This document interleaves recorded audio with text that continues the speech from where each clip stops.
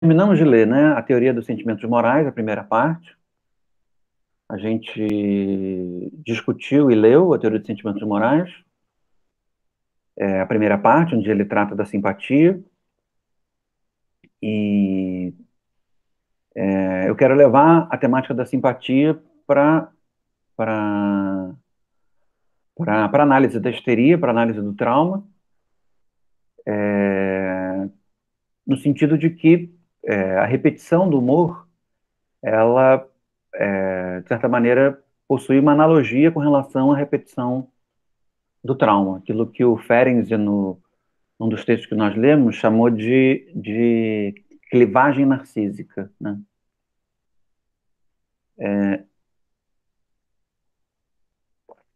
Mas para que a gente tenha material para analisar o humor e para analisar a politicidade do humor, me pareceu que nós carecíamos de um vocabulário sobre sentimentos morais, um vocabulário sobre moralidade, e para isso que nós fizemos esse pequeno detour em séculos, né?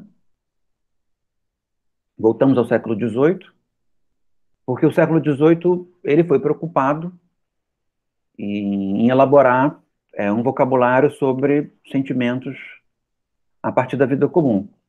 Essa iniciativa de elaborar um vocabulário de sentimentos a partir da vida comum, ela tem uma vantagem e uma desvantagem.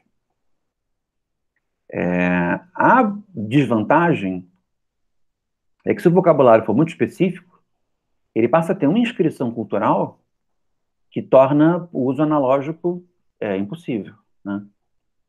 Porque cada tempo sente de um jeito, né? E cada tempo relaciona suas palavras aos sentimentos de uma maneira específica, né? É o que faz, por exemplo, com que esse vocabulário de sentimentos morais não tem nenhuma validade em comunidades mais distantes da nossa maneira de viver, né? Faz sentido falar em orgulho, amor, ódio, ingenuidade, inocência, acredito, entre os Inhambiquara, né? Nós teríamos que procurar outra maneira de falar sobre sentimentos morais. Então, uma das desvantagens é justamente essa, de que se o vocabulário for muito específico, ele não serve, né? Outra desvantagem é que se o vocabulário for geral demais, né, um vocabulário sobre deveres, sobre obrigações universais, sobre mandamentos divinos ou transcendentes, também não serve, né? Percebem? Um vocabulário sobre sentimentos morais, ele traz consigo uma desvantagem se ele tiver uma pretensão muito universalista, ou universalista, né? Não preciso qualificar o universalismo. Ele teria uma desvantagem se ele for universalista, e ele vai ter uma desvantagem se ele for particularista demais. O vocabulário sobre sentimentos morais é um pouco para agilizar o impacto para nós na política daquilo que se sente, né? Uma vez que um vocabulário político ele costuma ser derivado do vocabulário moral. Mesmo sendo uma experiência diferente, o vocabulário da experiência política ele é derivado do vocabulário da experiência moral.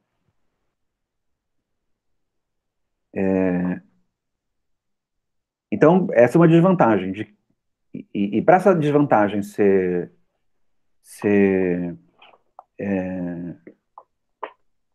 anulada, né, nós podemos nos livrar dessa desvantagem, é preciso estabelecer um meio termo com relação ao distanciamento. Eu acredito que o esclarecimento escocês se dão na obra do Adam Smith, passando por ela, mas prioritariamente na obra do David Hume. Ele encontrou uma distância adequada para tratar da moralidade de tal maneira que constitui um vocabulário que tem uma certa transversalidade histórica, ou seja, vale para mais de uma localidade, ao mesmo tempo que ele não é abstrato demais, né? Então, não é o amor cortês, né? Não é o amor romântico, não é o amor grego, mas existe algo na palavra amor que remete a uma certa maneira de sentir que se aplica na nossa, na nossa realidade. Uma das. Eu falei dessa desvantagem que pode ser anulada e aí corrigida. Mas ainda sobra uma segunda desvantagem. Essa desvantagem é ainda mais difícil de ser corrigida e envolve uma dinâmica crítica do vocabulário moral a ser constituído, que é um momento em que se passa desapercebidamente por preconceitos morais, né? Porque um vocabulário moral, ele não é só um vocabulário moral, para falar como a Dilma. Ele é também um vocabulário acerca dos preconceitos morais, né? Por trás de um vocabulário moral sempre existe uma figura oculta que é um vocabulário de preconceitos morais. Então, nesse sentido, o uso de um vocabulário moral para tratar da experiência política, muito embora seja, a meu ver, a melhor forma de entrada, também é uma entrada que pode nos fazer reféns da nossa própria cegueira, né? Então, é preciso que um vocabulário moral perceba quais são os vícios que condicionam aquele vocabulário moral. Eu acho que nós conseguimos tratar bastante disso a partir dos comentários que o Iargo fez sobre a especificidade do egoísmo e do altruísmo na obra do Smith, né? De tal maneira que, verdadeiramente, se alguns vícios acerca do lugar do eu e do outro são desfeitos, o próprio vocabulário vai embora, né? Então, nesse sentido, esse vocabulário ele serve como um vocabulário de análise de fenômenos políticos, a meu ver, inclusive da análise de fenômenos políticos contemporâneos a nós, mas isso quer dizer que nós temos uma dificuldade, de que as nossas análises elas acabam sendo condicionadas pelos vícios a partir dos quais esse vocabulário se constitui, né? Então chega um momento em que um vocabulário moral tem que ser jogado fora, né? A determinação de um vocabulário moral traz consigo, digamos assim, uma espécie de, por mais que possa ser um período bastante duradouro, traz uma espécie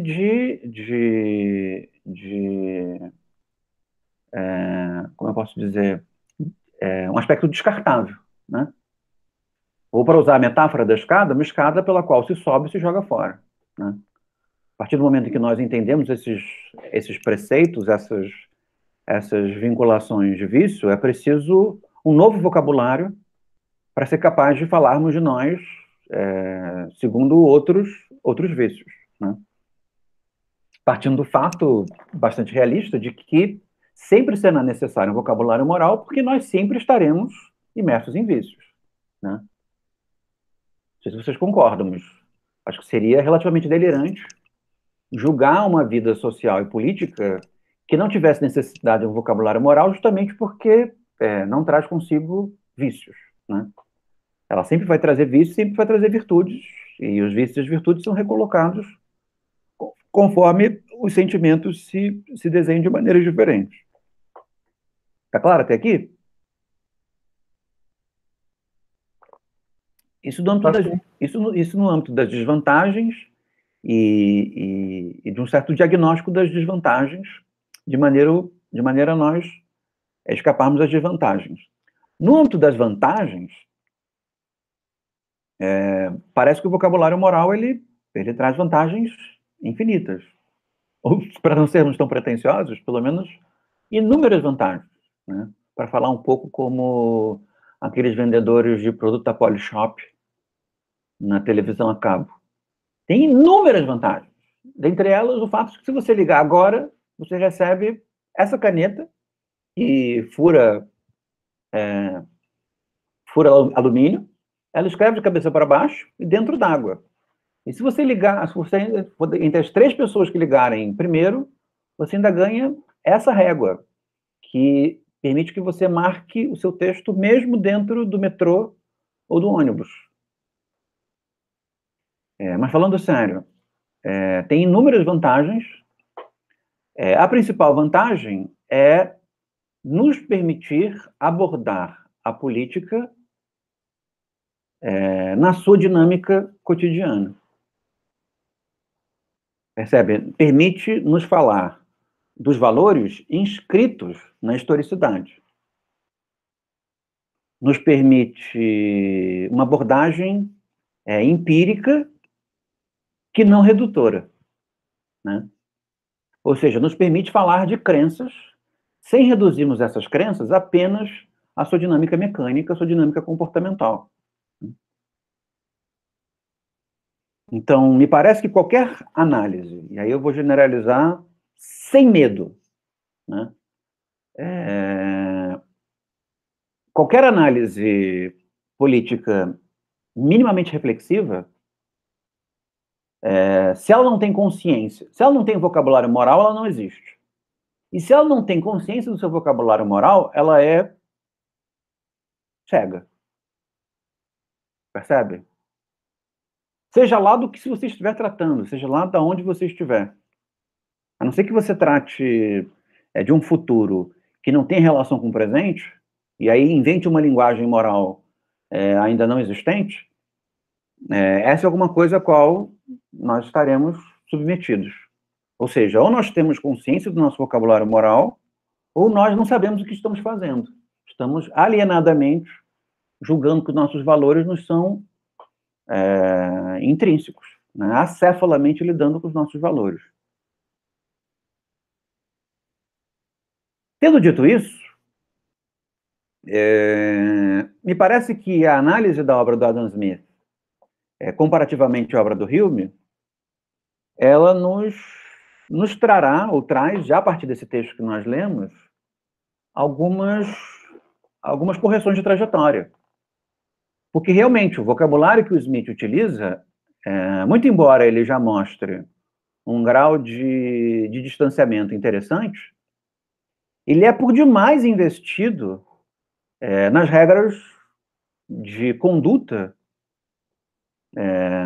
da segunda metade do século XVIII, né? Se percebe ele muito preocupado com a docilidade dos costumes, sem perceber o tipo de crueldade intrínseca nesses costumes docilizados, ou o tipo de especialidade, ou aristocracia, ou distinção que esses costumes especializados trazem consigo, né? Então, digamos que a leitura do Hume, depois da leitura do Adam Smith, ela nos traz essa percepção de que é possível um enquadramento um pouco mais adequado desse vocabulário moral. E é nesse sentido que eu vou andar com vocês hoje. Eu queria que vocês anotassem, antes de nós entrarmos propriamente no texto, as partes que nós vamos ler do Tratado da Natureza Humana para falar da simpatia no Hume. Vocês vão ler, por gentileza, do livro 2. O Tratado da Natureza Humana é dividido em 3 livros, tá? Livro 1, livro 2 e livro 3. O livro 1 é sobre conhecimento, o livro 2 sobre as paixões e o livro 3 sobre a moral. Nós vamos ler um pedaço do livro 2 e um pedaço do livro 3, tá? E para vocês não acharem que é um projeto irreal, porque nós ainda vamos trabalhar o Freud na histeria, nós vamos ter a nossa última aula no dia 12 de maio, tá bom? Ou não pode? Sim. Não, professor, acaba não. dia... Eu acho que acaba antes. Acaba dia 10. Que dia que acaba? 10. 10? É verdade. Então acaba no dia 10, ué. Então nós vamos ter a nossa última aula no dia 10, já tá feito. Objeções? Não. Não, só não esquece que tem que ter um trabalho até lá, né? Não, vocês podem me entregar a partir do dia 10. Pode? Ah, tá. Pode. E aí Vai vocês ser o me que mesmo? Vai ser entreguem a até resenha sobre algum autor? isso. Ah, tá. Aí vocês me entregam nessa semana do dia 10, porque eu acho que ainda vai dar tempo de eu lançar as notas. Tá bom? Tá bom. Me entreguem até o dia 12. Já que eu lembrei do dia 12, vou anotar aqui, trabalhos.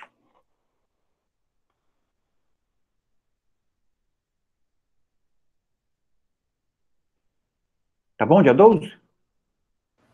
Tá sim. Professor, me lembra uma vez que te faço essa pergunta, mas o trabalho é para escrever um texto associando dois textos, é isso? Não. Não. Mas no final a gente discute, para não perder o fio da meada, no final a gente discute novamente o que a gente já discutiu, tá? Ok, obrigado. Nada.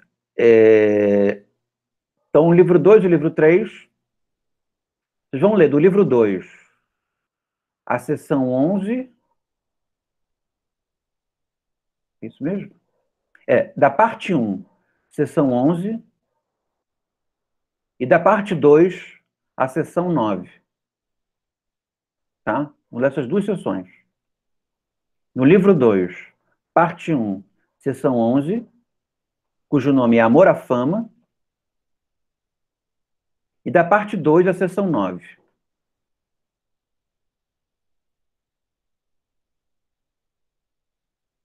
Parte 1, seção 11, parte... Opa, sumiu. Parte 1, seção 11, parte 2, seção 9. Exatamente. É a mesma coisa, né? Dos dois. E do livro 3, deixa eu escrever aqui. Do livro 3, vocês vão ler a parte 3,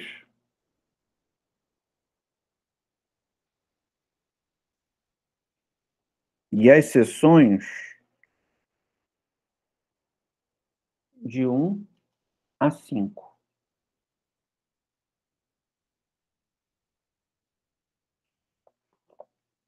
Tá bom? A gente não vai ler o livro, nenhum livro inteiro. A gente vai ler uma parte do livro 2 e uma parte do livro 3. Quem passa para as outras pessoas, né? Ah, qual é o nome do livro, né? Não, acho que A Natureza Humana, cujo autor é David Hill. Fala para quem? para os alunos que não vieram hoje. Ah, sim. Vamos lá, então. Tendo dito isso, já marcado nossas próximas leituras, eu vou, então, para aquele texto que eu passei para vocês na última aula, que é uma compilação de cartas do Hume para o Adam Smith e uma resenha que ele faz da obra A Teoria dos Sentimentos Morais do Adam Smith. Ele diz assim, na carta que ele escreve no dia 28 de julho de 1759. 30 anos antes da Revolução. Ele diz assim: gostaria que tivéssemos provado mais detalhadamente... Não, gostaria que tivesseis provado mais detalhadamente que todos os tipos de simpatia são necessariamente agradáveis. Esse é o pivô de vosso sistema. E, no entanto, mencionais a questão apenas de passagem, na página 20. Parece-me haver uma simpatia desagradável, assim como uma agradável. E, na verdade, visto que a paixão simpática é uma imagem reflexa da principal, ela deve compartilhar de suas qualidades, sendo até dolorosa quando for o caso. Esse é o único ponto, assim, filosoficamente mais importante da carta. No mais, se vocês repararem, é um pouco como qualquer carta, meio fofocaiada, né? Falando da vida dos outros, implicando um com o outro, coisa de amigo, né? Eles eram muito amigos. Fala depois do contrato que ele assinou para escrever a história da Inglaterra, e coisa desse gênero. Então, é uma carta importante do ponto de vista historiográfico, mas do ponto de vista filosófico, eu acho que o ponto relevante é esse mesmo, esse que eu acabei de ler para vocês.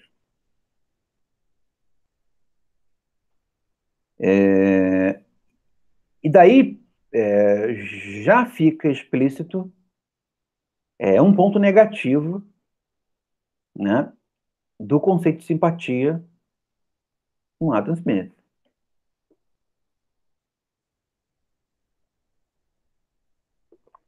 Que é justamente, digamos assim, o sentido literal da simpatia como uma resposta imediata, né, uma resposta involuntária, à maneira como os outros sentem, a maneira como nós sentimos o que os outros sentem, com uma abrangência absoluta, né? De tal maneira que tudo aquilo que os outros sentem, que nós sentimos, o Adam Smith compreende como simpatia. Percebe? Ou seja, se tudo aquilo que os outros sentem e nós sentimos é simpatia, nada é simpatia. Né? Porque quando um conceito ele é muito amplo, ele acaba funcionando de maneira irrestrita, ele perde a sua funcionalidade conceitual. Né? Porque a funcionalidade de qualquer conceito com grau de generalidade, apresentar uma especificidade.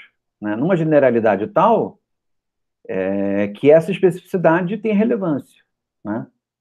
Ou seja, o conceito não pode ser particular demais, porque senão ele deixa de ser conceito, ele passa a ser uma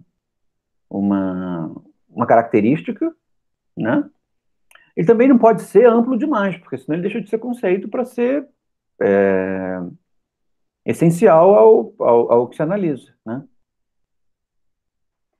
Então, existe um ponto positivo na filosofia do Adam Smith, que é identificar o fato de que a imaginação é o que nos liga ao sentimento dos outros, né? Tem um fato positivo em julgar que nós só nos colocamos na pele dos outros porque a imaginação, de alguma forma imperiosa, ela nos coloca na pele dos outros, né? Para usar essa metáfora, que eu acho muito boa, né? Nós estamos na pele dos outros. Mas um elemento negativo, que é o fato de que se toda vez em que nós nos colocamos na pele dos outros, nós estamos em torno da simpatia, a simpatia passa a ser um sinônimo da própria moralidade, né? Porque a moralidade, de maneira geral, ela é esse fenômeno, o fenômeno do fato de que nós temos valores. E por que nós temos valores? Nós temos valores porque nós imaginamos a reação dos outros. Nós sentimos o que os outros sentem e reagimos da maneira como os outros sentem, né? Tanto no sentido de sentirmos igual, nos compadecendo do outro, quanto no sentido de sentirmos de maneira desafiadora a ponto de entrarmos em conflito com o outro, né? Ou seja, nos colocarmos na posição do outro, imaginativamente, tem uma função disciplinar, como também tem uma função altruísta, e tanto uma quanto a outra caracterizam um fenômeno moral. Se a simpatia diz respeito a tudo isso, a simpatia passa a ser, no caso do Smith, um sinônimo de moralidade, e nesse sentido se perde a especificidade do conceito, né? Se simpatia é tão extenso quanto moralidade, por que falarmos em simpatia e não simplesmente na moralidade? Dizer que o sentido da moralidade não é abstrato, ou não é completamente abstrato. O sentido da moralidade são sentimentos numa determinada circunscrição. Os sentimentos numa determinada visada numa determinada localidade. Então, a moralidade, ela não tem utilidade quando ela é abstrata, utópica, esfumaçada, como a moralidade também não tem muita funcionalidade, muita utilidade, quando ela é pura e simplesmente a percepção de uma regra, né? O que faz com que a moralidade seja um saber com alguma utilidade é de que a moralidade ela descreve os sentimentos que as pessoas possuem em situações diferentes. Então, se o conceito de simpatia ele é tão extenso quanto o conceito de moralidade, ele perde a sua especificidade e perde a sua utilidade enquanto um conceito partícipe da moralidade para se tornar sinônimo da moralidade. Percebe? Então, nesse sentido, a moralidade, ela implica, e esse seria já uma crítica do Hume ao sistema da moralidade em Adam Smith, que é o fato de que a simpatia, mesmo admitida extensivamente, ela carece de uma distinção entre simpatia positiva e simpatia negativa. Porque existem sentimentos que os outros sentem que nos causam prazer, existem sentimentos que os outros sentem e que nós imaginamos que nos causam prazer, e sentimentos que os outros sentem e nós imaginamos que nos causam dor, sofrimento. Então, nem toda simpatia é agradável, alguma simpatia é desagradável. E, muito embora não se possa dizer quais são as mais relevantes, né, porque isso depende do contexto, né, nós podemos ser levados a crer que as simpatias negativas, elas nos colocam diante de experiências sociais mais gravosas. Não mais importantes, mas mais gravosas. Porque a dor apresenta uma urgência que o prazer não tem, né? Uma coisa é estar faminto, outra coisa é estar alimentado e querer tomar um sorvete. Percebe? Se eu percebo alguém alimentado que toma um sorvete, eu sinto prazer em vê-lo tomando sorvete. Se eu vejo alguém faminto, sem poder se alimentar, eu percebo a dor de não poder se alimentar. A dor de não poder se alimentar traz consigo uma urgência que o prazer de tomar um sorvete não traz. Muito embora seja difícil dizer que um seja mais relevante do que o outro, porque o matizamento dos nossos prazeres e desprazeres não se dá em si, de maneira a dizermos que existe o prazer e a dor em si, mas se dá correlativamente a um determinado conjunto de experiências. Então, nós poderíamos muito bem dizer que o faquir, se na nossa comunidade houvesse faquires, mas existem pessoas próximas a um faquir, que ele sente fome e eu olho para ele e sinto prazer, porque sei que a fome dele causa prazer. A fome para ele tem um sentimento de superação tal que ele está satisfeito em suportar a fome, né? Ou um atleta realizando um desafio, ou podem imaginar um outro exemplo, tá? Alguém fazendo uma dieta moderada, né? E aí nós percebemos essa fome como prazerosa. Essa pessoa está tendo o autocontrole que a permite fazer uma dieta moderada, a ponto de que ela obtém um objetivo.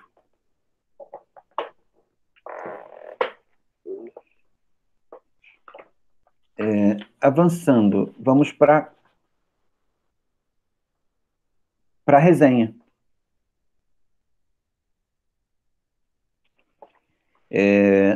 Na resenha do Hume, tem alguma coisa que, para aqueles que forem optar fazer resenha como trabalho final, eu não quero que repitam, né? Que é alguma coisa ruim para resenha, que é citar. Citar extensamente. O Hume vampiriza a teoria dos sentimentos morais e cita extensamente, né? No fim, ele faz uma... Se não fosse o Hume e os pedaços em que ele comenta não fossem brilhantes, nós diríamos que ele fez uma resenha preguiçosa. Porque, ao invés de fazer paráfrases, ele sauda o texto do amigo pura e simplesmente citando extensivamente. Então, quando vocês forem fazer resenhas, principalmente para essa disciplina, não sigam o exemplo do Hume, tá?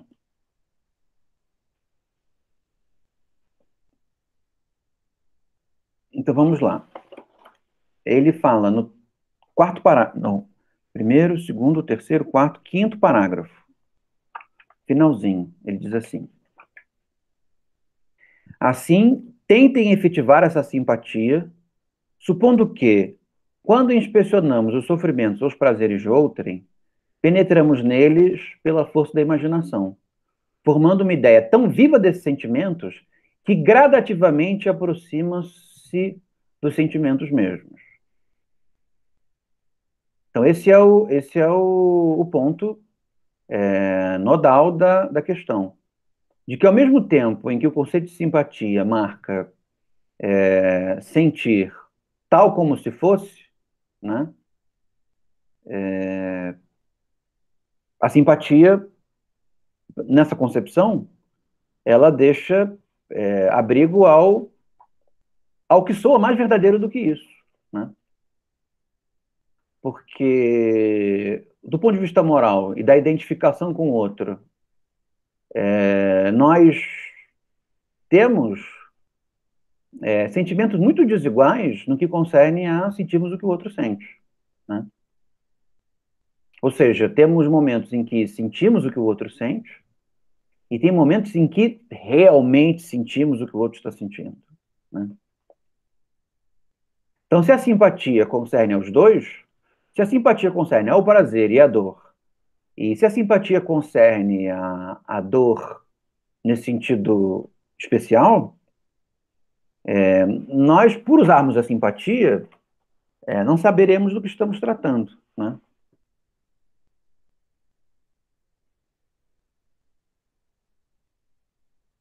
E aí continua.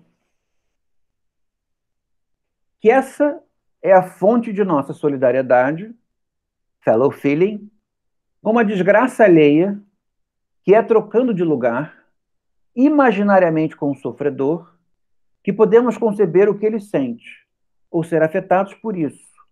Poder-se-ia demonstrar, por muitas observações óbvias, caso não se considere algo evidente por si. Então, a moralidade, por ela mesma, concerne a trocarmos de lugar com o sofredor, mesmo quando essa troca nos leva à insensibilidade.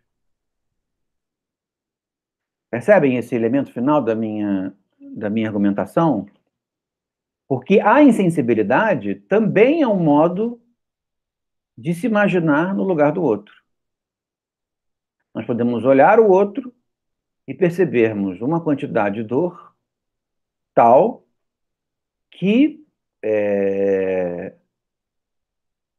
para nos proteger, num certo sentido, justificado ou injustificadamente, inibimos a nossa capacidade de nos colocar no lugar dele, né? Ou seja, não nos colocamos no lugar dele porque nos colocamos no lugar dele. Percebem? Se ficar obscuro, vocês me interrompem e perguntam.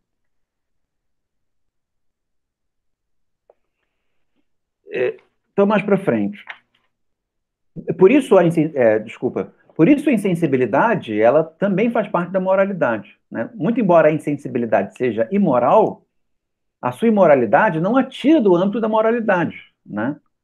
A imoralidade também faz parte do fenômeno moral, né?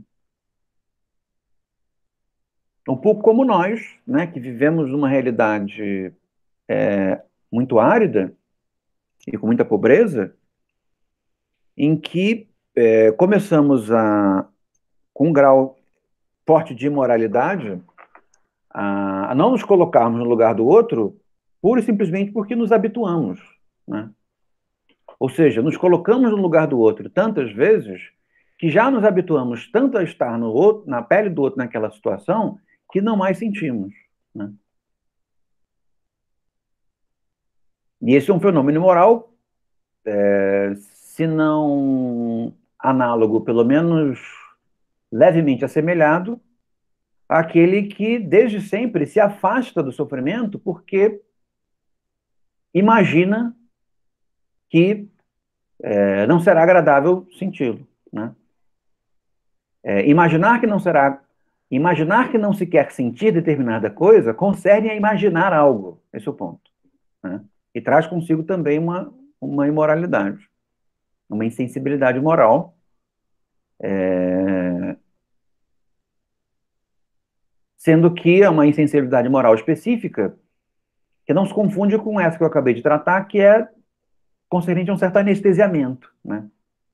Talvez esse seja uma das maiores características da nossa vivência moral, que é um certo anestesiamento diante do sofrimento, não porque somos insensíveis a ele, sofrimento, mas porque nos habituamos, né?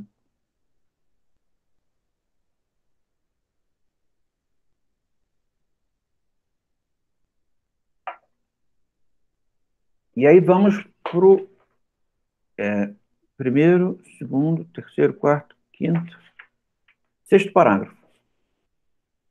Ele diz assim: esse relato muito natural e provável, mas, para a teoria do nosso autor, não importa se com ele se concorda ou não, para seu propósito, basta que se conceda que a simpatia, seja qual for sua origem, é um princípio da natureza humana, algo que, sem a maior obstinação, não pode ser disputado. Esse princípio, movimento ou força é a principal fundação de seu sistema. Por meio dela, ele espera explicar todas as espécies de aprovação ou reprovação excitadas pela ação ou pelo comportamento humano. Ela é mesmo o princípio que percorre toda a sua teoria moral e, se suas deduções forem tão simples e convincentes como seu fato primeiro ou postulatum, é evidente e inquestionável, podemos nos arriscar a dar-lhe preferência sobre todos os autores que empreenderam qualquer tentativa a esse respeito. Então, comparativamente a outros autores, a teoria moral do Smith para o Hume, ela é mais verdadeira, tá? E mais verdadeira justamente por isso. Não quer dizer que ela seja inteiramente verdadeira, mas ela é mais verdadeira justamente por isso, porque ela percebe na simpatia um elemento de centralidade da vivência moral. Como se ele pudesse dizer que, muito embora o conceito de simpatia no Adam Smith seja por demais expansivo, por demais amplo, é o caso de se tirar do sistema da teoria moral dele a observação de que, sem simpatia, não há moralidade.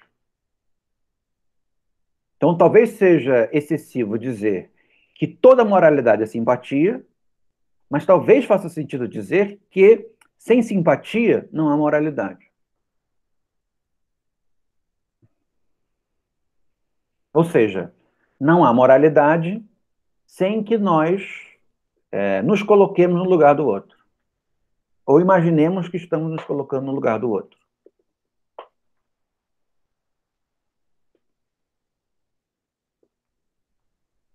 E aí ele cita um pedaço do texto, eu destaco só um pedacinho, relacionado ao nosso tema, né, que é o humor, em que ele diz assim: perdemos o humor se nossos... Nós já devemos ter lido isso quando lemos a teoria dos sentimentos morais, mas como é um trecho bom, não é desperdício ler 2 vezes. Perdemos o humor se nossos companheiros riem de uma piada mais alto, ou por mais tempo, do que julgamos que ela mereça, ou seja, além do que percebemos ser capazes de rir dela, né? E se o humor, via de regra, concerne a um mau sentimento, nós perdemos o sentido da graça quando os outros manifestam uma adesão ao mau sentimento maior do que aquelas que nós julgamos tolerável, né? Porque a medida da graça será dada pela medida da adesão ao mau sentimento. Então, se eu conto uma piada sobre índios, vocês vão achar graça na medida da admissibilidade dos maus sentimentos com relação aos índios que vocês tiverem. De tal modo que, se a adesão for muito intensa, vocês vão achar muita graça. Via de regra. E se a fala for muito baixa, vocês vão achar pouca graça. A não ser que os elementos formais do meu dito espirituoso sejam de tal maneira brilhantes a transcenderem até mesmo a temática da graça invocada.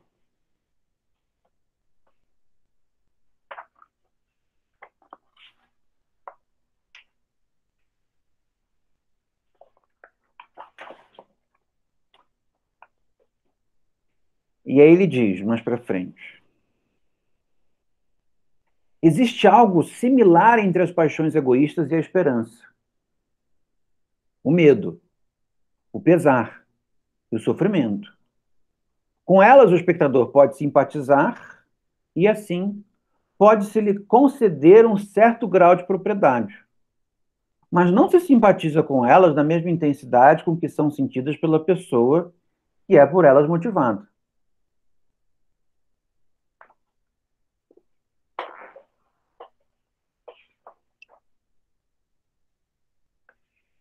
Assim, mais para frente ainda, assim, como temos uma simpatia direta pelo agente em qualquer conduta virtuosa, e assim a aprovamos, da mesma maneira temos também uma simpatia indireta pela ingratidão da pessoa que se beneficia com isso, estimando sua conduta meritória e desejando recompensá-la.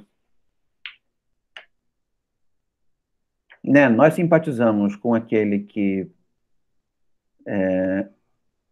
fez algo, nós simpatizamos com aquele que foi ajudado por alguém virtuoso e simpatizamos também com o virtuoso, né?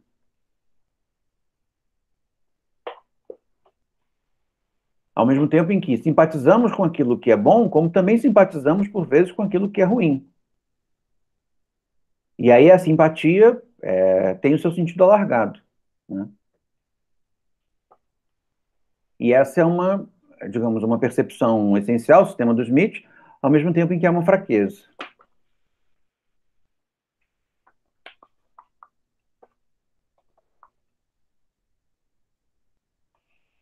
Percebe que com isso nós temos um desafio vocabular, né?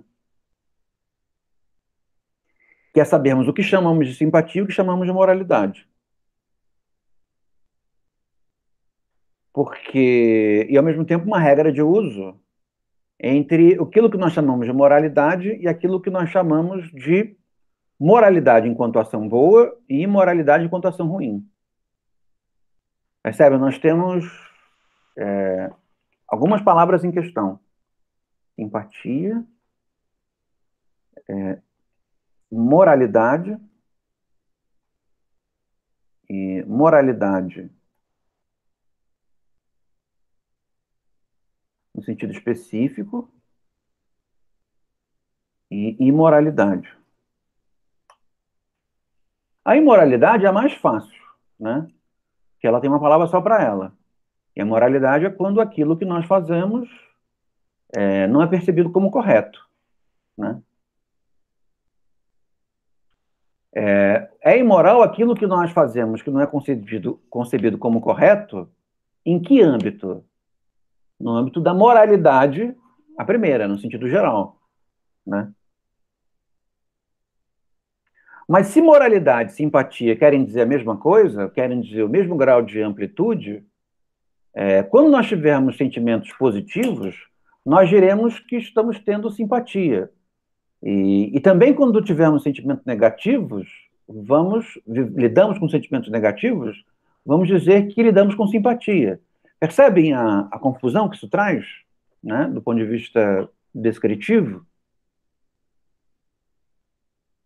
Então, nesse sentido, muito embora não haja uma solução perfeita para isso, a melhor solução parece ser utilizar moralidade com algum grau de polissemia, adaptando o seu sentido, percebendo o seu sentido a partir do contexto, né?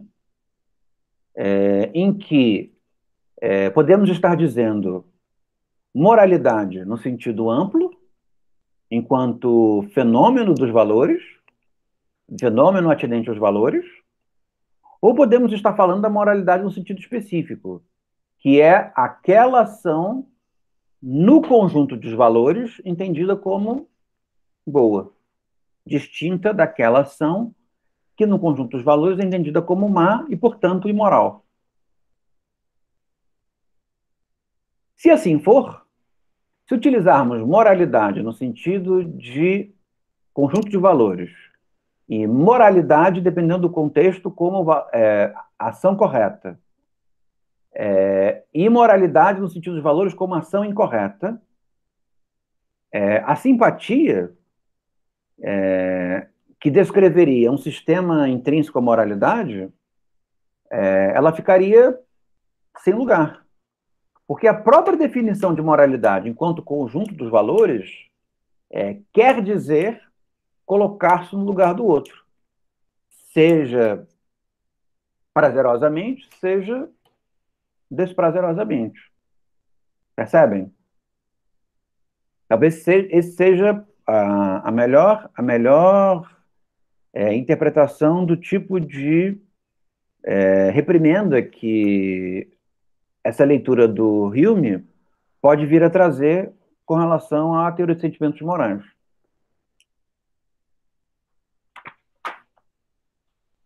Então, continuando aqui. Ele diz assim: ao contrário, os que tiveram o infortúnio de ser criados no meio da violência, isso ele está citando o Adam Smith de novo, tá? Ao contrário, os que tiveram o infortúnio de ser criados no meio da violência, licenciosidade, falsidade e injustiça, perdem não apenas o senso de inconveniência de tal conduta, mas ainda todo o senso de sua terrível enormidade, ou da vingança e castigo que são devidos. Familiarizam-se com esses vícios desde a infância.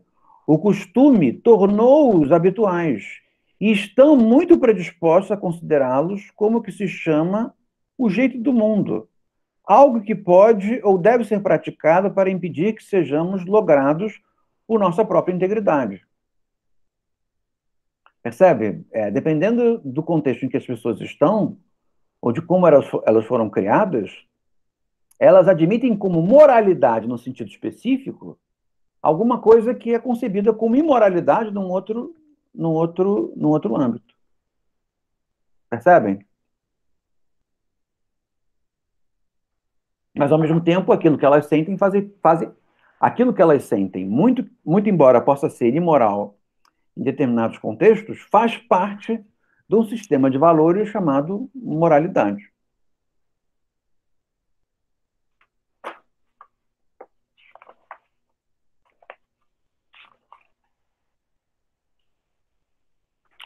Daí, o meu último comentário sobre isso concerne a própria ideia de simpatia, né? E talvez a especificidade conceitual que deva ser dado a ela, de tal maneira a aproveitar uma parte do percurso feito por Smith, mas, ao mesmo tempo, inverter a amplitude dos termos, né?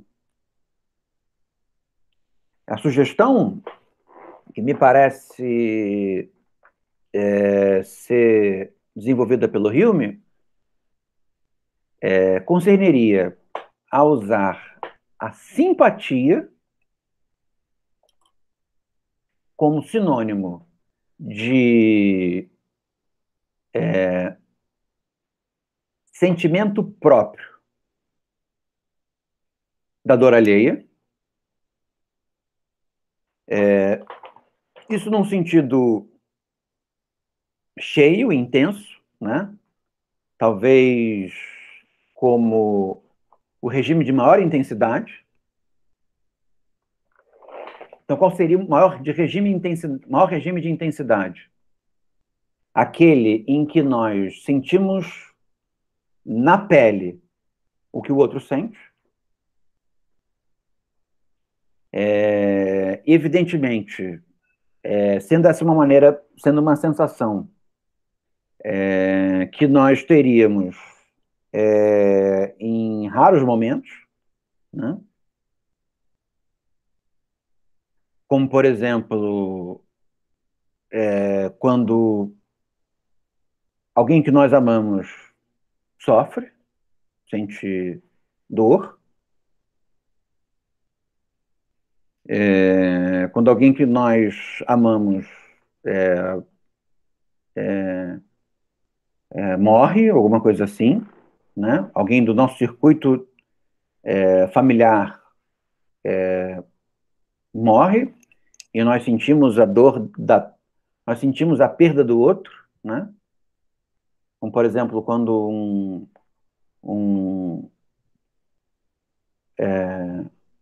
por exemplo, o filho de alguém que nós amamos morre, né? E nós sentimos aquela dor, né? Ou alguma coisa que é tão intenso que nós temos razão para crer que estamos sentindo aquela dor, né? Então, o uso da simpatia para esse âmbito de maior intensidade e o uso da moralidade, ou da ideia de moralidade, ou da palavra moralidade, para denotar todo e qualquer momento que concerne ao âmbito da moralidade de maneira geral, em que nós nos imaginamos no lugar do outro. Percebem? A bem da verdade, estaríamos sempre nos imaginando no lugar do outro. Né? A bem da verdade é sempre isso. Nós estamos sempre nos imaginando no lugar do outro. Né? Nós não somos o outro. Né? Estamos sempre nos imaginando no lugar do outro e, com isso, aparece um sistema de valores. Mas, em determinados sentimentos negativos, em determinadas dores, determinados sofrimentos, nós, comparativamente ao âmbito em que nos imaginamos no lugar do outro, cremos que não estamos imaginando. Percebe? Sentimos como se não imaginássemos, comparativamente a âmbitos em que percebemos claramente que sentimos porque imaginamos. Os dois tipos são dois tipos de imaginação, né? Mas que, comparativamente, delimitam um âmbito como distinto do outro. De tal maneira que, para um âmbito, nós temos a palavra simpatia como forma denotativa do que está acontecendo, e no outro âmbito,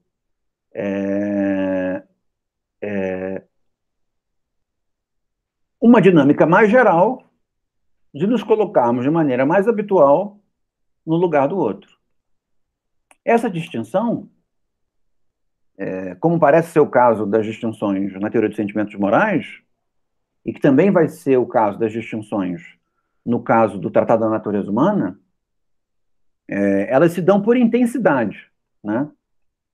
E aquilo que se distingue por intensidade não é distinguido de maneira absoluta.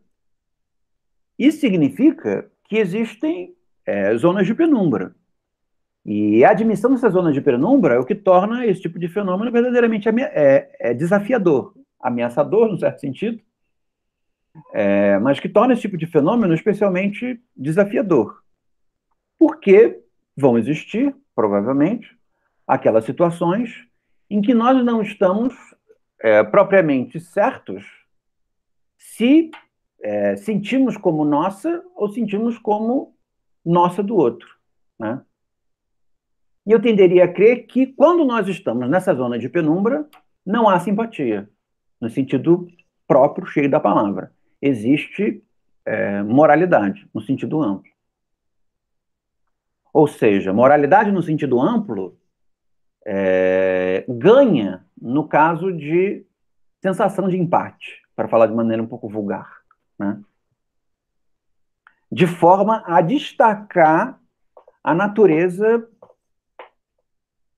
fundadora da simpatia com relação à moralidade. Então, o que dá estrutura à moralidade, o que dá chão à moralidade, o que dá força à moralidade, não é o fato de que existem imoralidades, regras que são descumpridas. Tá? Não é o caso de que há assassinatos e roubos, né? E nós julgamos que essas transgressões devam ser punidas. O que faz substrato para a moralidade não é a nossa asserção acerca dos acontecimentos de se eles são corretos ou não corretos. Percebe? Isso também é trivial, é comum, é regular, é habitual, né? Não é isso que funciona como o grunde da moralidade, para falar de maneira assustadora em alemão. Também não é a mera identificação imaginativa com os valores do outro.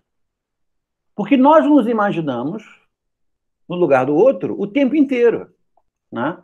Nós somos, por assim dizer, animais projetivos, ou seja, tomamos conta da nossa identidade justamente na relação com o outro.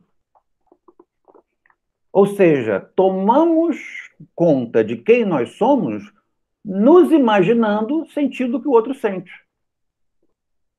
Ou seja, não existe nada mais trivial no âmbito dos valores do que nos imaginarmos no lugar do outro.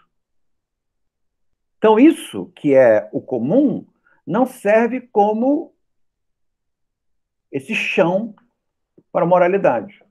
O que serve como chão para a moralidade é esse tipo, isso como crítica ao Adam Smith, tá? Isso funcionando como crítica ao Adam Smith.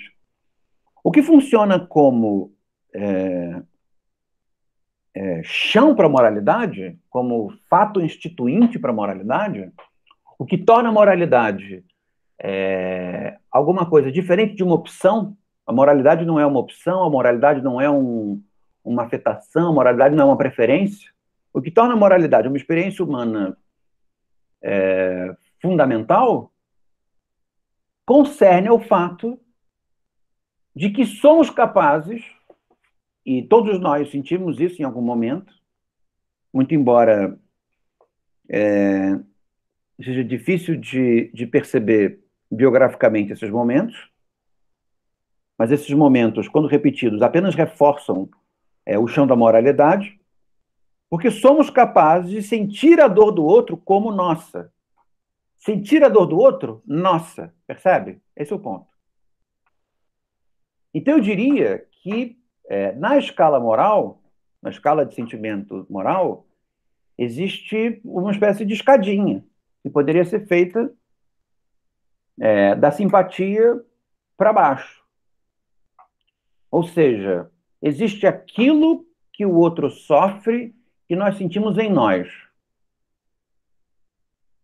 Sentimos como nosso. É a dor do outro em nome próprio. Existe aquilo que nós sentimos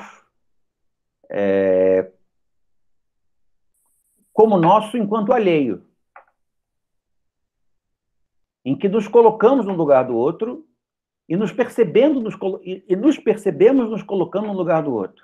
Ou pelo menos temos elementos para crer que estamos nos colocando no lugar do outro. De maneira positiva, os seus prazeres, e de maneira negativa, suas dores. Percebem? Essa é a escadinha que parece ser o ponto pelo qual a moralidade como um todo se estrutura. Ou seja, existe uma inegociabilidade da experiência moral, que é o fato de que nós não somos capazes de colocar em dúvida se o outro sofre, tá? Pelo menos do ponto de vista mais geral, mas somos capazes de nos colocar em dúvida se o outro está sofrendo agora. Percebem a diferença? Essa é uma distinção sutil, mas fundamental. Porque se nos perguntam, o outro sofre? Nós poderíamos dizer cinicamente que eu não sei, eu nunca estive na pele do outro, eu não sei se o outro sofre. Seria uma espécie de ceticismo vulgar, né? Eu não sei nem se o outro existe. Eu poderia ser ainda mais vulgar. Não sei nem se o outro existe. Não sei nem se eu existo, não sei se o outro existe. Não sei se estou sonhando.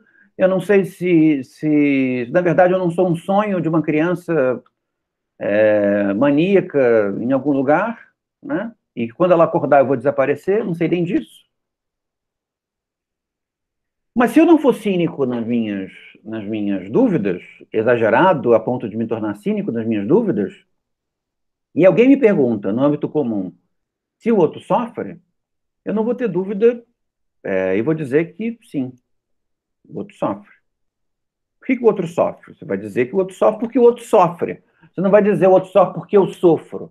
Percebe? Mas se me pergunta, o outro está sofrendo agora, e coloca alguém na minha frente, e a pessoa está assim, eu vou dizer, eu não sei. Eu posso até mesmo com uma certa admissão de cinismo, torturar o outro, fazê-lo sentir dor de maneira deliberada, ser cruel, e, dependendo de como ele reage, eu não estou muito bem certo se ele está sofrendo ou se ele está simulando esse sofrimento. Poderia ser um pouco mais cínico. Mas, muito embora eu duvidasse de se ele está sofrendo agora, eu não duvido se ele sofre ou não. Percebem a diferença? Isso é sutil, mas ela é muito importante. Então, a existência da dor do outro é marcada, segundo essa crítica que o David Hume faz, o Adam Smith, e nessa revisitação do sistema do Hume a partir do sistema do Adam Smith, o grunde da moralidade funciona em função da evidência de que o outro sofre, que é anterior mesma, ou se não anterior, pelo menos contemporânea, à percepção contemporânea, mas não dependente, né, de que eu sofro. Existem duas evidências. O outro sofre e eu sofro. O outro não sofre porque eu sofro. Eu não sofro porque o outro sofre. O outro sofre e eu sofro. Se o outro sofre agora, esse é o âmbito da dúvida. Não sei se ele sofre agora. Pode ser que sofra, pode ser que não sofra. O outro sente prazer agora? Isso eu já não sei. O outro sente prazer? Eu já não sei. Percebe? Existe uma, digamos assim, precedência no que diz respeito ao reconhecimento do outro, o que faz com que a moralidade ela seja, numa percepção nietzschiana, um jogo, uma prática de escravos, né, de pessoas servis, porque existe uma evidência na maneira como nós sentimos a evidência da dor do outro, uma predominância da dor sobre o prazer. E essa predominância da dor sobre o prazer traz consigo aquilo que Nietzsche poderia chamar, na genealogia da moral, ou que o Freud poderia chamar no mal-estar da civilização, ou que Schopenhauer poderia chamar no mundo, como uma prevalência do sofrimento sobre o prazer. E nesse sentido, aí, novamente, não no Schopenhauer, mas no Nietzsche e no Freud, uma espécie de disposição à fraqueza. Eu não vou examinar as consequências dessa disposição à fraqueza, mas se vocês quiserem, e a genealogia da moral, ou fazendo autopropaganda em cursos que eu já dei, vocês podem, deixa eu pegar aqui, ver esse curso sobre a genealogia da moral, que tem gravado só o áudio. Vou pegar aqui para vocês. E minha mãe, ela tem assistido essas aulas, né, ela não assiste junto com a gente, né, mas ela assiste depois, quando eu ponho no YouTube, ela tem assistido. E então, não sei se o link vai aparecer para ela, né.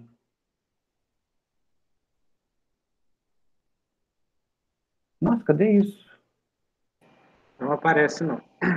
Então nem adianta eu botar o link aqui. Só para vocês, não vai servir para minha mãe.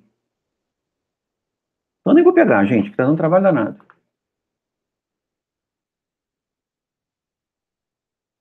Eu tenho umas aulas sobre a genealogia da moral aqui na SoundCloud. Eu queria que vocês dessem uma ouvida, que acho que vai ser legal. Mas cadê, né? Professor, mas falar essas suas aulas, cada áudio é um capítulo do livro? Como que está dividido? Acho que sim. Inclusive os que falam no começo. Tá aqui, ó. Achei. Tantara.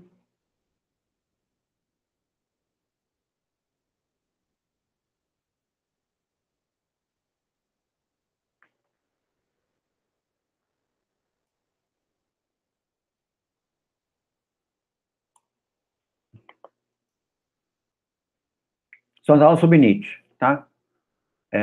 Podem ouvir a introdução, é legal, mas as aulas sobre Nietzsche são todas sobre a genealogia da moral, em capítulos diferentes, né? Eu vou seguindo o texto conforme o texto está escrito, tá? Então vocês podem ir ler e seguir,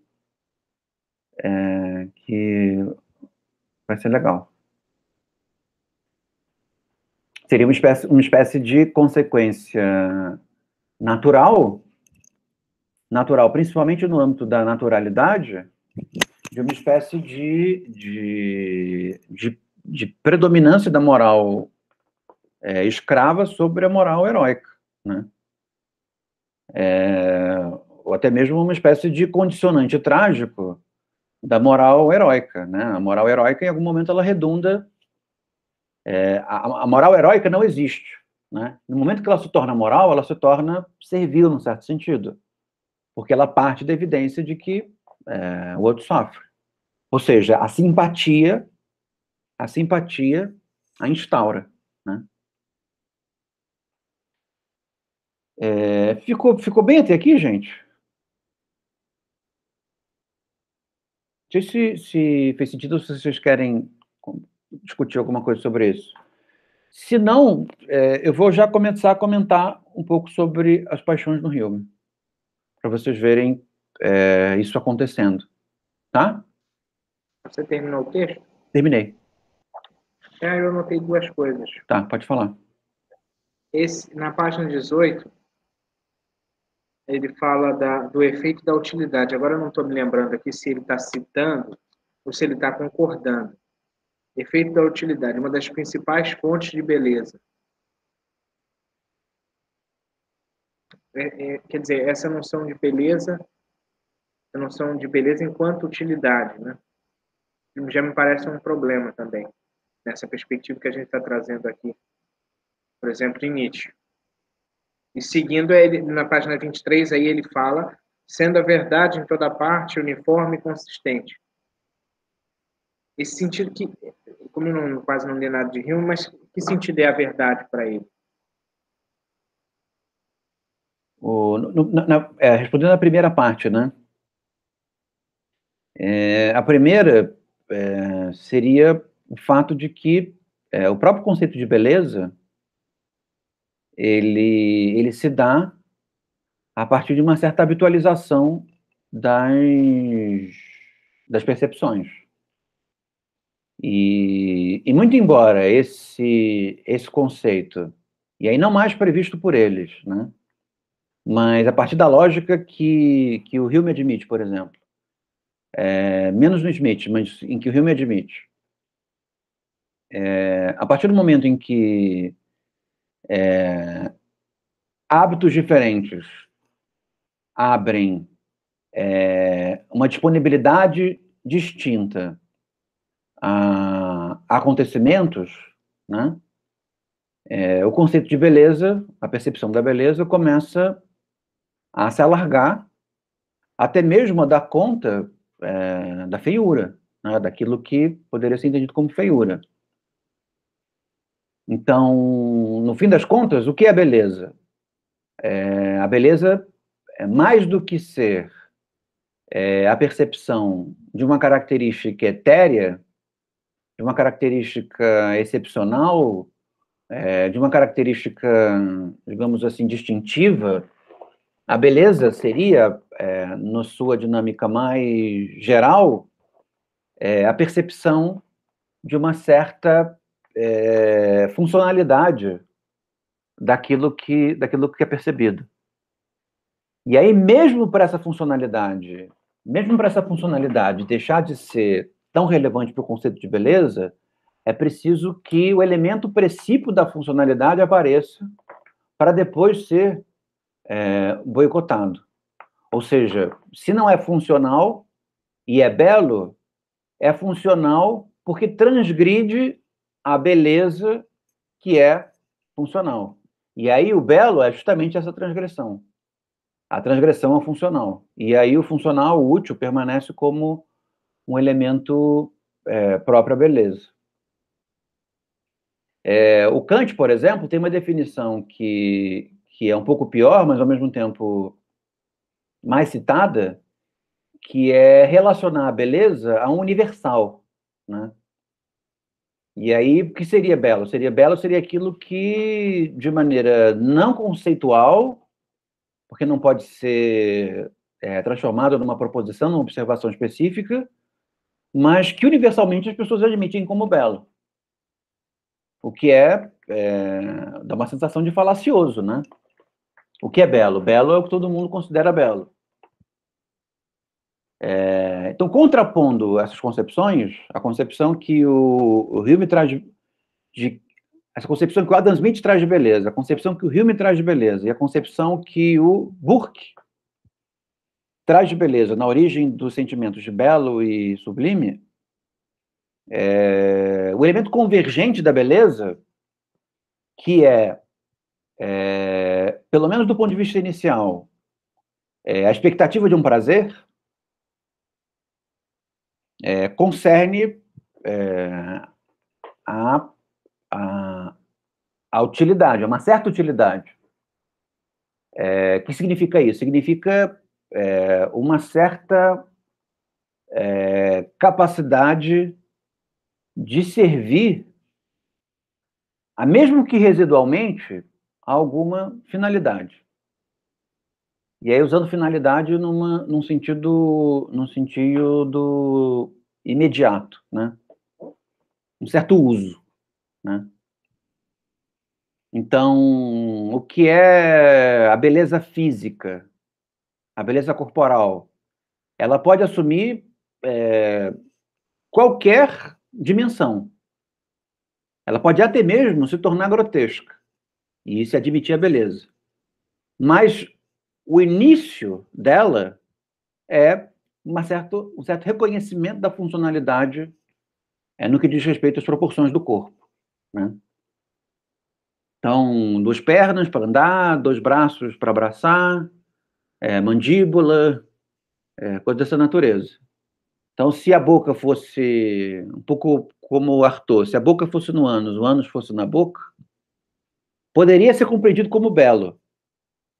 Mas, evidentemente que eles não pensam nisso, né? O Hume, o Adam Smith e o Burke. Poderia ser compreendido como belo, mas belo num caminho que passaria antes pelo reconhecimento da funcionalidade. Ou seja, uma vez que há funcionalidade, a inversão da funcionalidade pode ser entendida como bela no sentido transgressivo à funcionalidade, de tal maneira que admitir como bela. A funcionalidade, pela funcionalidade, se torna menos belo. Percebe? Então, ao invés de uma cabeça, um guarda-chuva. E é belo. Difícil não assentir a beleza. Mas por que é belo? É belo porque, contrariamente a um certo cansaço, à habitualidade da funcionalidade, da utilidade, uma inversão nos causa uma sensação de imprevisibilidade que nos parece belo nesse contexto. Mas o belo permanece ainda estando ligado à utilidade.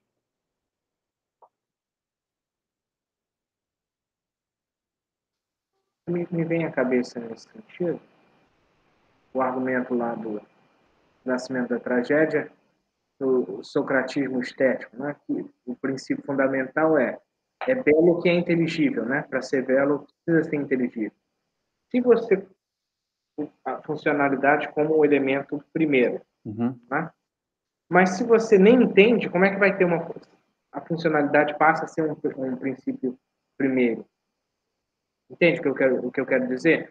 Porque aí com Sócrates, seguindo o argumento do Nietzsche, com Sócrates ele perverte e diz assim, cara, ser belo precisa ser inteligível, né? O que é belo é inteligível.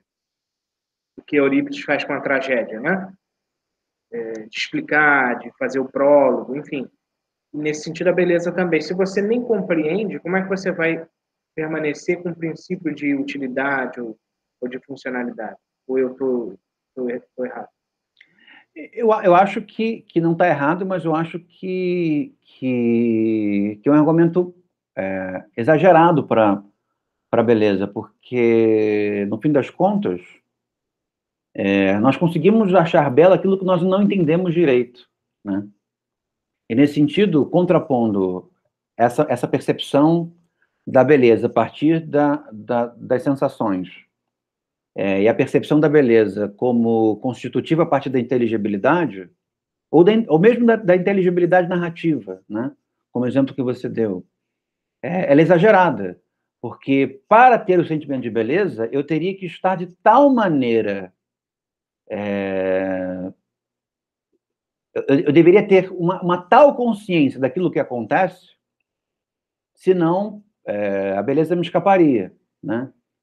E, no fim das contas, isso parece uma exigência muito grande para a beleza, porque a beleza ela pode estar também em dinâmicas bastante pequenas, bastante miúdas, ainda que elas estejam, e às vezes porque elas estão cercadas por um âmbito ensandecido de imprevisibilidade e incompreensão, né? Então, diante, sei lá, de um mundo Hieronymus Bosch, onde tudo é incerto e imprevisível, uma pequena ação, uma pequena percepção de funcionalidade estranha, de utilidade estranha, já garante a beleza de todo aquele mundo contraintuitivo, percebe? E, ao mesmo tempo, se nós estivéssemos realmente diante do reino da imprevisibilidade absoluta, só eu deixar um objeto num lugar e ele não sair de lá, já teria consigo uma recompensa a partir da qual eu assentiria com um sentimento de beleza, né?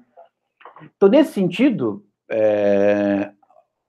assumindo a dialética, se não dialética, pelo menos a contraposição no nascimento das tragédias entre o Dionisíaco e o Apolíneo, né?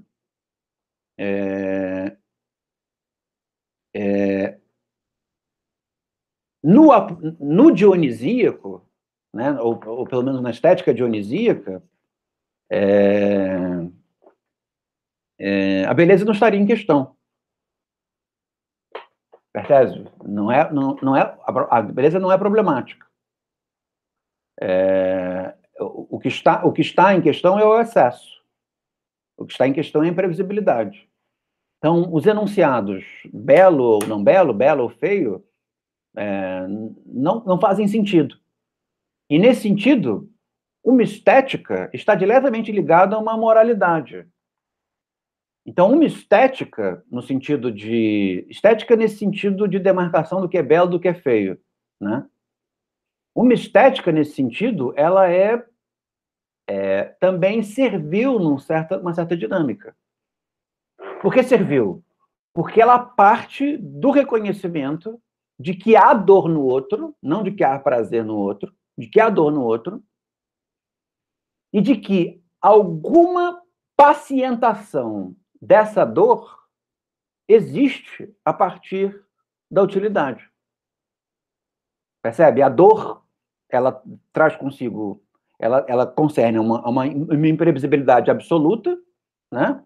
Nós temos a evidência de que a imprevisibilidade causa dor para o outro, e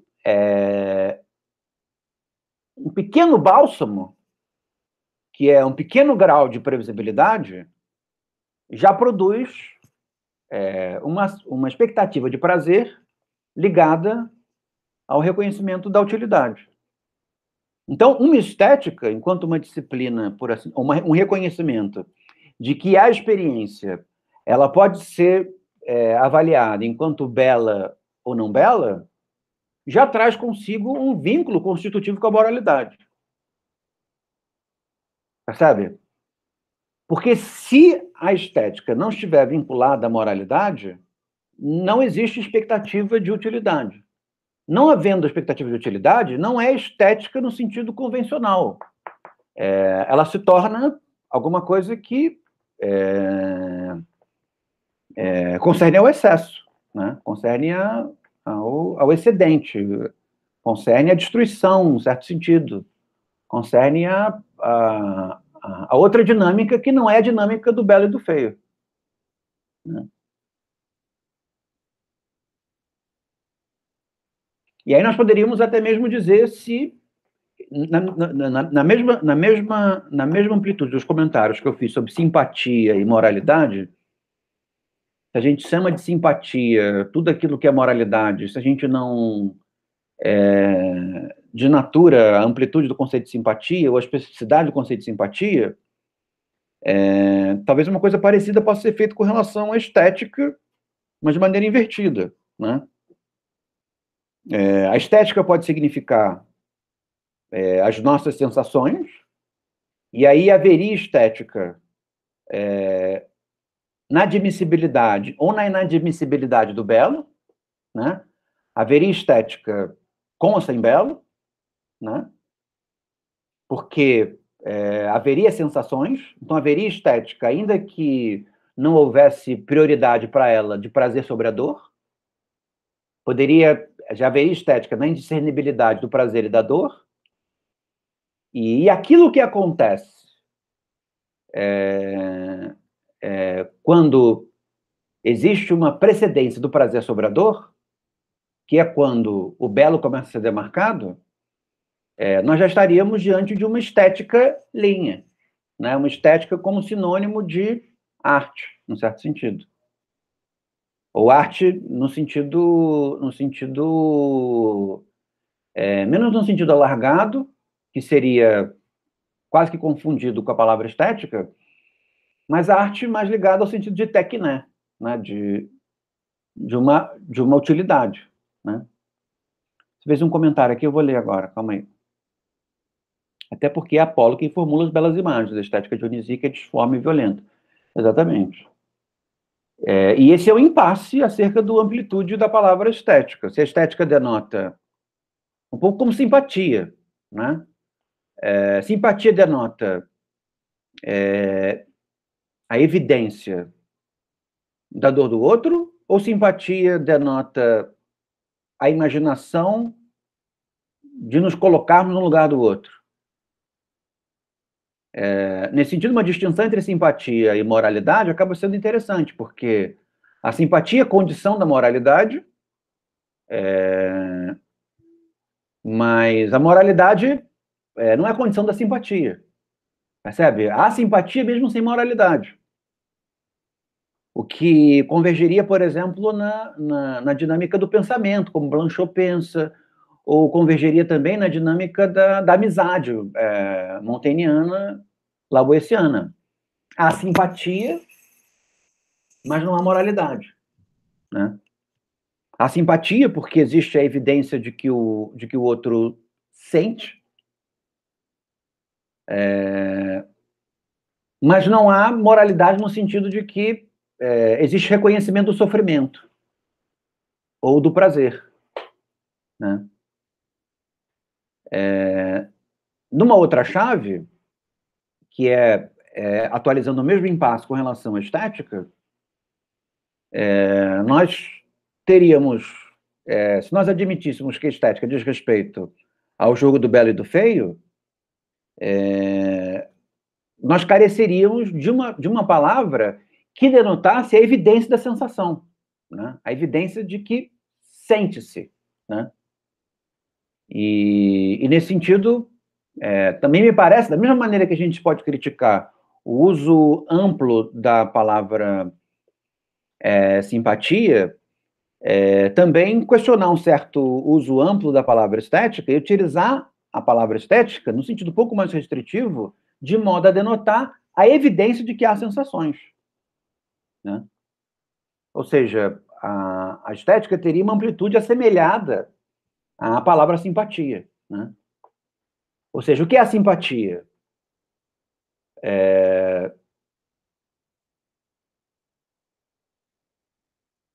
Sente-se.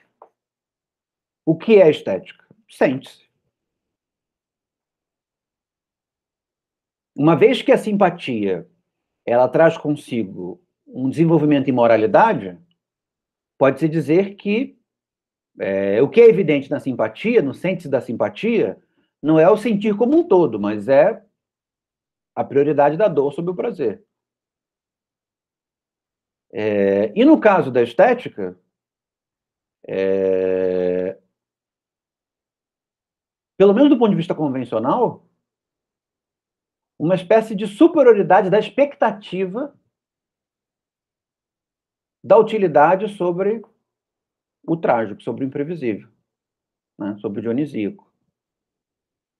Sendo que, na própria estética, enquanto evidência do sente-se, nela mesma não existe precedência de nenhum com nada, né?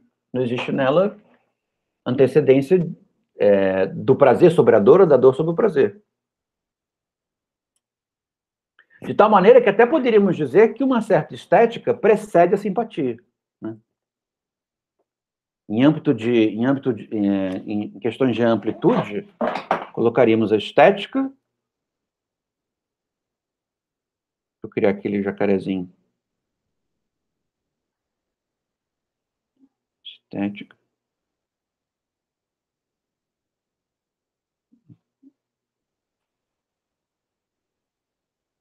Simpatia.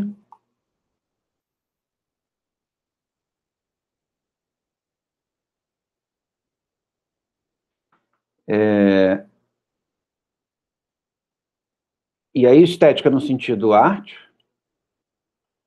Estética. Tecné.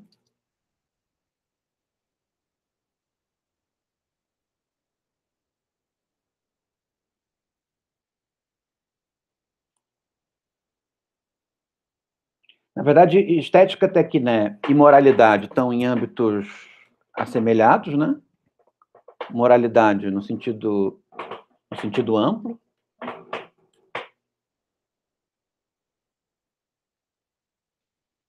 Pois moralidade no sentido específico.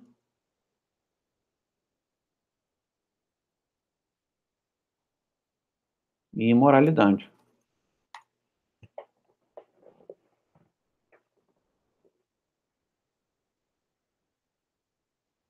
Acho que seria mais ou menos assim. Porque o que é estética? É a evidência de que se sente. O que é simpatia? É a evidência de que se sente dor. O que é a estética no sentido de tecné? Ela parte da evidência de que se sente dor.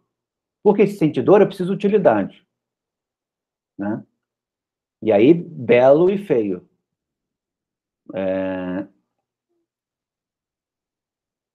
Porque se sente dor, se distingue. Porque existe a evidência da dor, se distingue o prazer da dor. ou a dor com menos dor, né? E por isso a moralidade acaba trazendo consigo uma espécie de moral do escravo, né? Não é bem a distinção entre prazer e dor, é a distinção entre mais ou menos dor, né? Mais ou menos sofrimento, assumindo uma expressão um pouco mais tendenciosa, um pouco mais pessimista, né? Daí a moralidade no sentido específico, de que se você fez alguma coisa boa ou ruim, e a imoralidade, se você fez algo ruim.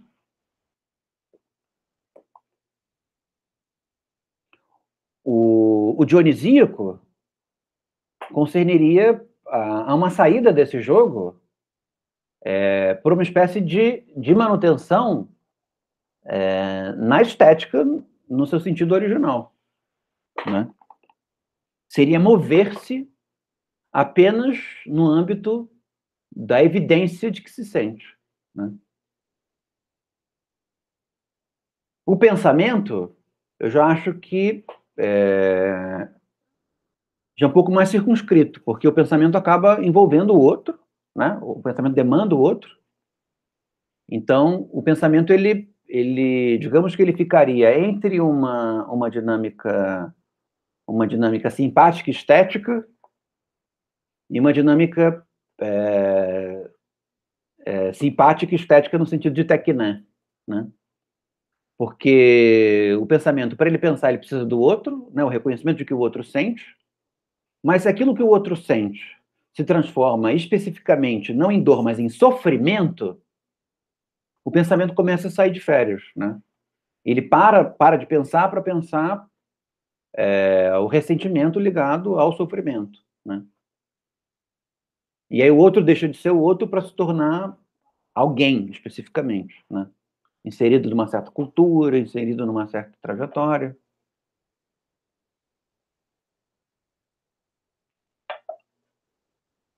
O impasse nessa maneira de compreender estética seria o que você chamaria de arte, né?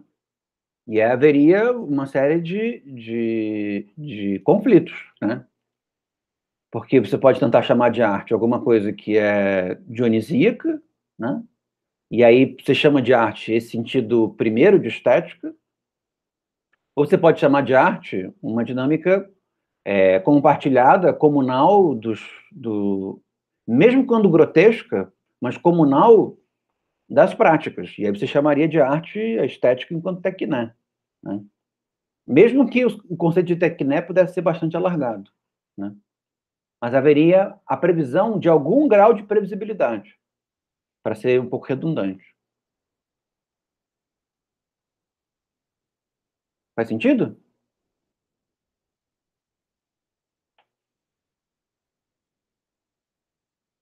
E vocês que acompanharam essa dedução, como é que ficou para vocês? Brandon, Rebeca, Júlia, Maurício? Maurício, que não falou nada. Alan? Tem mais alguém? Brandon?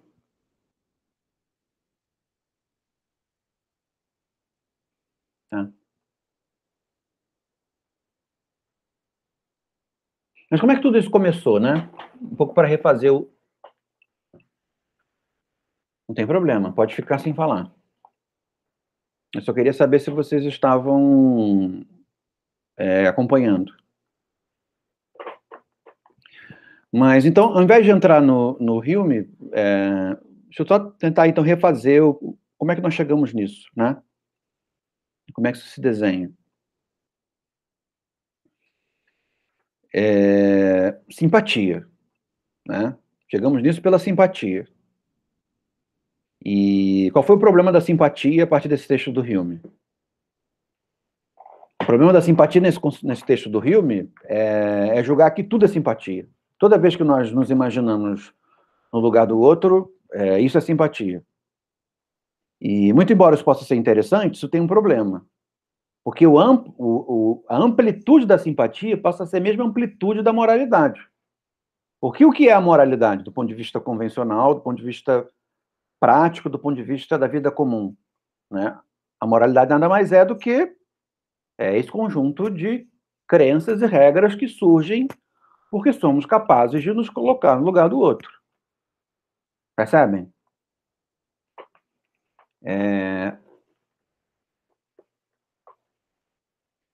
Hume começa a fazer isso meio que interpelando de maneira sutil Adam Smith com relação ao aspecto sofrível da simpatia. Ele diz assim, olha, a simpatia tem a ver com prazer, parece claro, mas não fica muito claro no seu sistema sobre moral que a simpatia tem que ver com dor. Porque se simpatia tem que ver com dor, parece que as duas não são equiparáveis, né? Parece que na moralidade não existe uma equiparação propriamente dita entre prazer e dor, né? Parece que a moralidade lida com a dor de maneira um pouco mais especial, mais preocupante do que prazer, né? Por exemplo, se eu dissesse, pensando assim, nós exercitando a nossa imaginação moral, né? E eu falo para você, olha, gente, lá na Praça 15 tem uma galera que tá super feliz. A gente estão brincando, estão vivendo prazerosamente. Qual é a reação de vocês? Yupi, eu quero ir lá também, né? A nossa relação vocês vão ficar preocupados, a não ser que vocês sejam pessoas muito ressentidas, né? Pessoas sentindo prazer, nós temos que acabar com isso. Vamos lá jogar água neles, para que eles sofram um pouco, entendam como a vida é dor. Né? Uma espécie de schopenhauerianos ativistas, né? Levando o sofrimento onde há felicidade. E seria grotesco, né? Se nós soubéssemos que tem um lugar onde as pessoas estão muito felizes, né? Nós ou pensaríamos que bom, né? Legal para eles, ou nós pensaríamos, será que dá tempo de eu chegar, né? Porque eu também quero ser muito feliz, né? Agora, se eu dissesse para vocês, gente, até na Praça 15, as pessoas estão sofrendo horrores. A dor está rolando solta, tá todo mundo chorando. Aí, se vocês levarem isso, se vocês não levarem a sério, vocês vão pensar assim, é uma convenção de schopenhauerianos ativistas, uma convenção de góticos. Eles não estão sofrendo de verdade. Eles estão sentindo prazer de sofrer. Que acontece isso, né? A pessoa ouve uma musiquinha, chora, pinta o olho de preto, mas não está sofrendo, ela está curtindo o sofrimento. Não é dor, né? Não é sofrimento. Não é ser levado para o DOPS e torturado, né? Você está... Aí nós não nos preocuparíamos. Você diz assim, esse tipo de prazer eu não gosto. Nós não iríamos. Mas se nós estivéssemos convencidos, ali há dor, nós ficaríamos preocupados. Percebe? Se houver ambivalência, que foi o exemplo que eu dei no caso dos gotiquinhos, se houver ambivalência, nós... eu não gosto de ambivalência, eu gosto de prazer mesmo. Não gosto de ambivalência, não é para mim, não. Mas, se nós realmente julgamos que há dor ali, nós vamos ficar preocupados, percebe? É um pouco isso que Hume está dizendo para o Adam Smith. Se simpatia se colocar no lugar do outro, não é equiparável colocar-se no lugar do outro que sente prazer ou colocar-se no lugar do outro do que sente dor. Nesse sentido, o sentido da simpatia, redundantemente, por uma espécie de prudência teórica, nos induziria a uma utilização restritiva. E essa utilização restritiva traz consigo um benefício. Qual o benefício? De explicar a inevitabilidade, ou talvez a inexorabilidade, da moralidade da vida em comum. Por que nós nos colocamos e nos imaginamos uns nos lugares do outro? Criando toda a ordem de mau sentimento que o Nietzsche muito bem examina na genealogia da moral. Por que nós fazemos isso? Porque nós temos a evidência que o outro sofre. Isso não quer dizer que quando o outro sofra na nossa frente, nós reconheçamos essa dor, né? Quando o outro sofre na nossa frente, nós dizemos, não sei se... É aquela coisa do empregador brasileiro, né? O sujeito trabalha 20 horas a fio, né? Não dorme nunca, com Covid, a família toda morreu. E aí o sujeito chega esquálido, e diz assim, eu não vou poder trabalhar porque todo mundo morreu e eu estou morrendo. O empregador brasileiro chega e diz assim, está fazendo corpo mole, né? Eu, na sua idade, eu ainda andava de bicicleta e não sei o que, não sei o que. É preciso se esforçar. Por que você não é empreendedor? Arruma uma maquininha de cartão e começa a fazer entrega. Percebe? Tudo bem, é uma coisa exagerada, maluca, muito própria da nossa cultura. Mas que também é do âmbito da moralidade. A moralidade, quando lida com a dor do outro, particularmente, duvida dessa dor, né? Mas quando o outro não é um certo outro, quando o outro é o outro, a evidência da dor, sendo redundante, né? A dor é evidente. Esse é o ponto. Que há dor no outro é evidente. Que há certa dor, isso já é passível de dúvida, mas a dor é evidente. A moralidade se desenha em função desse âmbito de dúvidas. Partindo do fato de que certas dores são justificadas, e aí é o caso de não haver muito caso, né, muito sofrimento, em outros casos a dor é injustificada.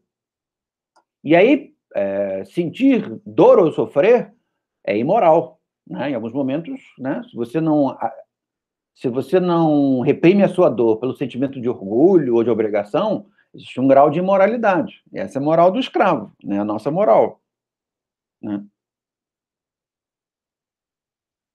Se nós comparamos, porque o fenômeno moral e o fenômeno estético, eles são um em carne, né? Tanto que existem alguns autores pós-modernos que gostam de grafar de um jeitinho meio schopenhaueriano, assim, ó. Esse. Eu acho feio.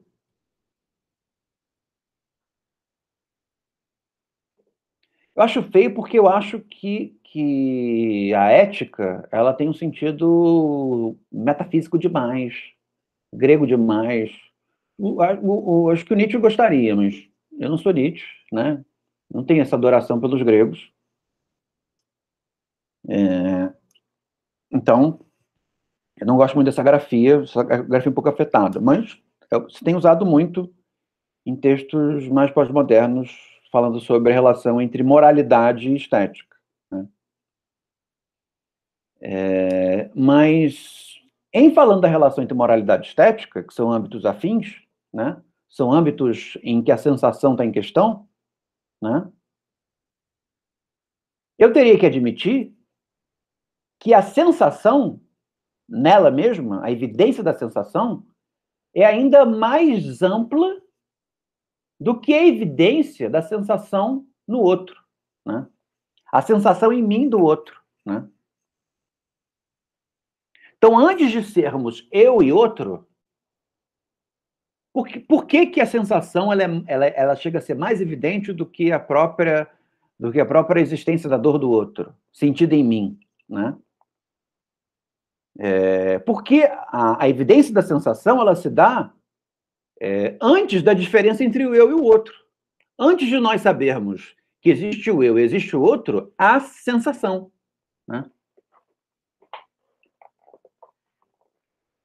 Para aqueles que gostam de exemplo com bebê, né? Antes do bebê saber que ele não é o corpo da mãe, mamãe e bebê, e aproveitando que minha mãe assiste essas aulas, mãe e bebê são um só. Ou seja, é uma só sensação para o bebê. A mamãe sabe, né?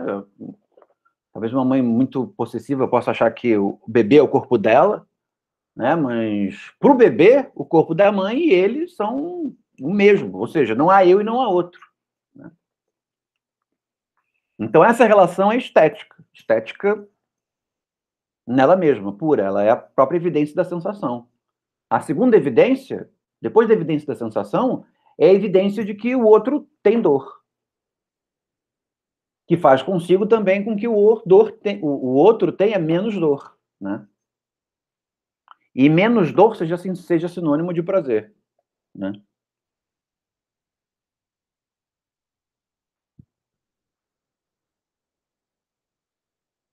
Daí, no âmbito da estética, que parte da simpatia,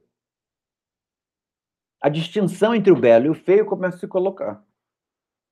A distinção entre o belo e o feio é, para a estética, aquilo que o certo e o errado é para a moralidade. Nós podemos até gostar mais do errado, mais do feio do que do belo, mas existe uma contraposição entre os dois.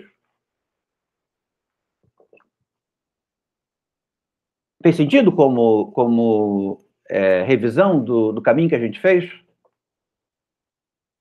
Rebeca, Brandon, Júlia, Alan, pergunto pro Iaco, estou vendo a cabecinha dele se mexendo. Tá. Então tá bom, gente. Aula que vem, vamos então para o Hilme.